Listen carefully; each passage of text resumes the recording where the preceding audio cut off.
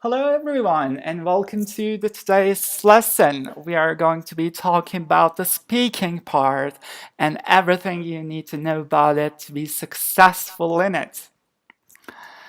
So, in the speaking section, there will be two role plays, and each will take approximately 5 minutes. So, you will be given a role player card, and you will have 3 minute reading time. And the person who conducts the exam will ask you some warm up questions in the beginning. These are not going to be marked in any way, and these are just questions, general questions about your life, like when did you graduate, what are you doing with your life, why you are taking the OET test, what kind of doctor you are, like just where are you from, just general, or how are you today, like just general questions to ease your transition into speaking. And the person who conducts the exam will not give you any marks. This is very important because the person who sits across you is not going to assess your performance in any way. These performances are recorded and sent to Australia and will marked by experienced examiners in there. So they are not going to assess your performance. So you don't need to be worried about them, and you just need to relax and speak naturally. So this is a sample role player card that I took from the OET's website.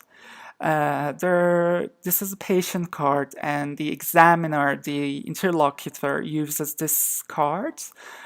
And this is a doctor card that you will have. And there are these points that you need to cover. Make sure to cover all these points one by one. This is very important. You can read all these things to have general idea in your reading time, but whenever you find it helpful to remind yourself what are you going to talk about next, you can refer back to this card very quickly and continue your speaking. And let me say it again, you need to cover all these bullet points that are given to you.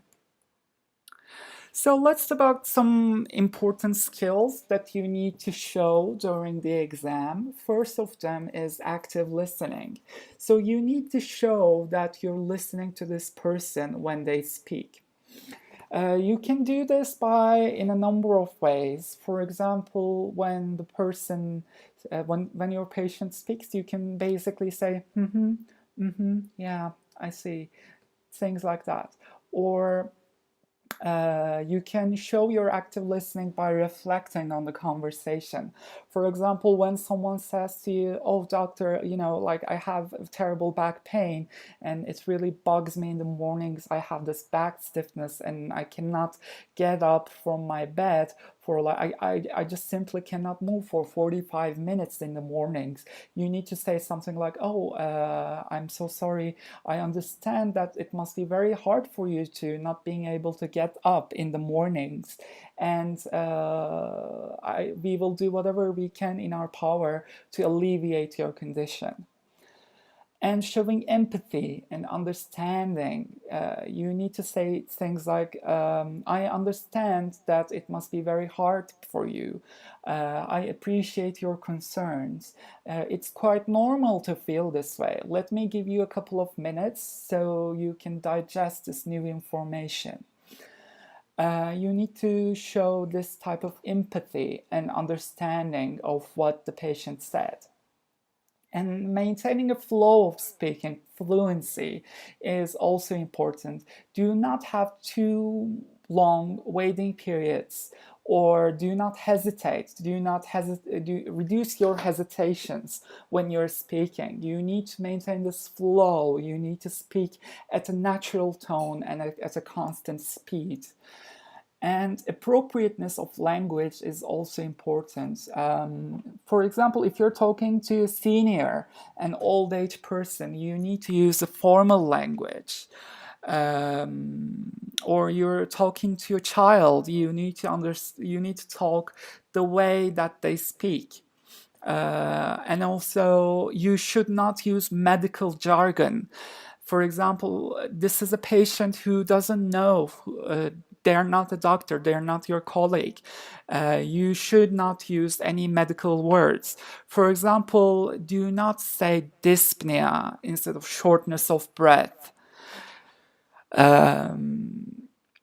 Yes, and grammar and vocabulary skills are also important. Study your weakness areas and cover the necessary vocabulary and grammar for maintaining this physician and patient communication. And being flexible with the language is the main step. I mean, you need to be able to explain things in different words, which is we call paraphrasing.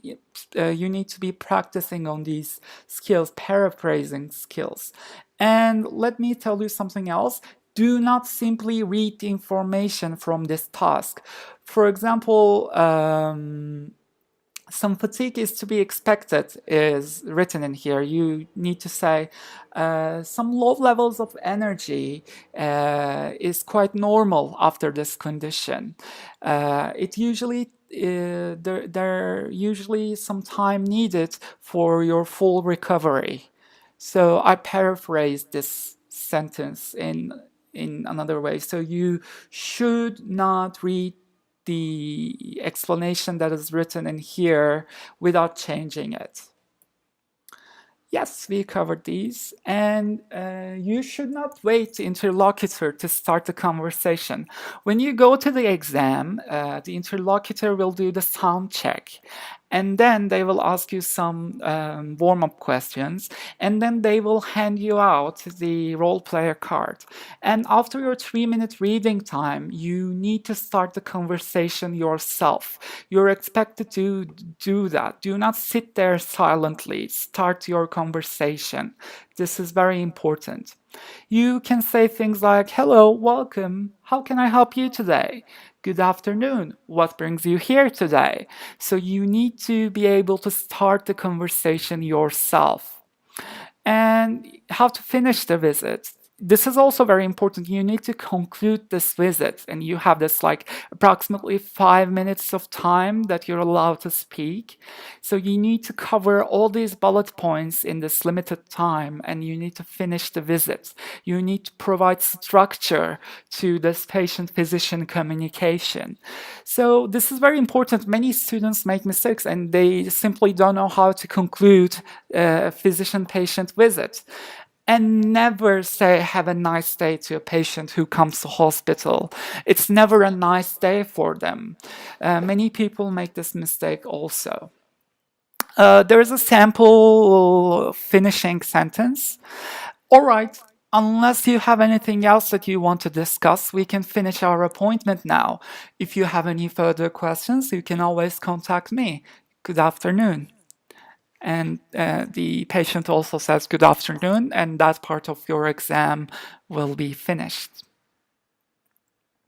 And there are some other important points that you need to remember. Do not memorize sentences.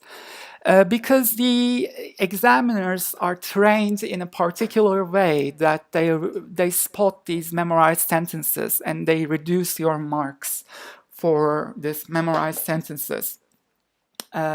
Because if your general level of English do not match with these memorized sentences, they immediately can spot your memorization and you will not get any marks for that memorized sentence. Develop your own way of speaking, and this comes with practice. So practice comes in two flavors. Self-practice helps you to improve your fluency, reducing the hesitations you make and waiting periods between different parts of your speech. And practicing with a tutor helps you to identify your mistakes and improving and correcting them. I got an A from my speaking, and it's definitely doable. And we have this Facebook group, and I will put its links in the description box below. You can we are organizing Q&As and speaking practices in our group, and you're welcome to join them. You're not alone. just know this, you don't have to prepare your test by yourself. OET test is already very expensive, and do not avoid help if you need it. There are people who pass their own exams, there are people who provide tutoring, including myself. If you need help with your tests, you can always contact me from my email address, which is oettdoctor@gmail.com. And I post daily, and subscribe to not to miss my new posts, and like and share these videos with your friends if you want. And this concludes our lesson today. Have a nice day and see you in the next lesson.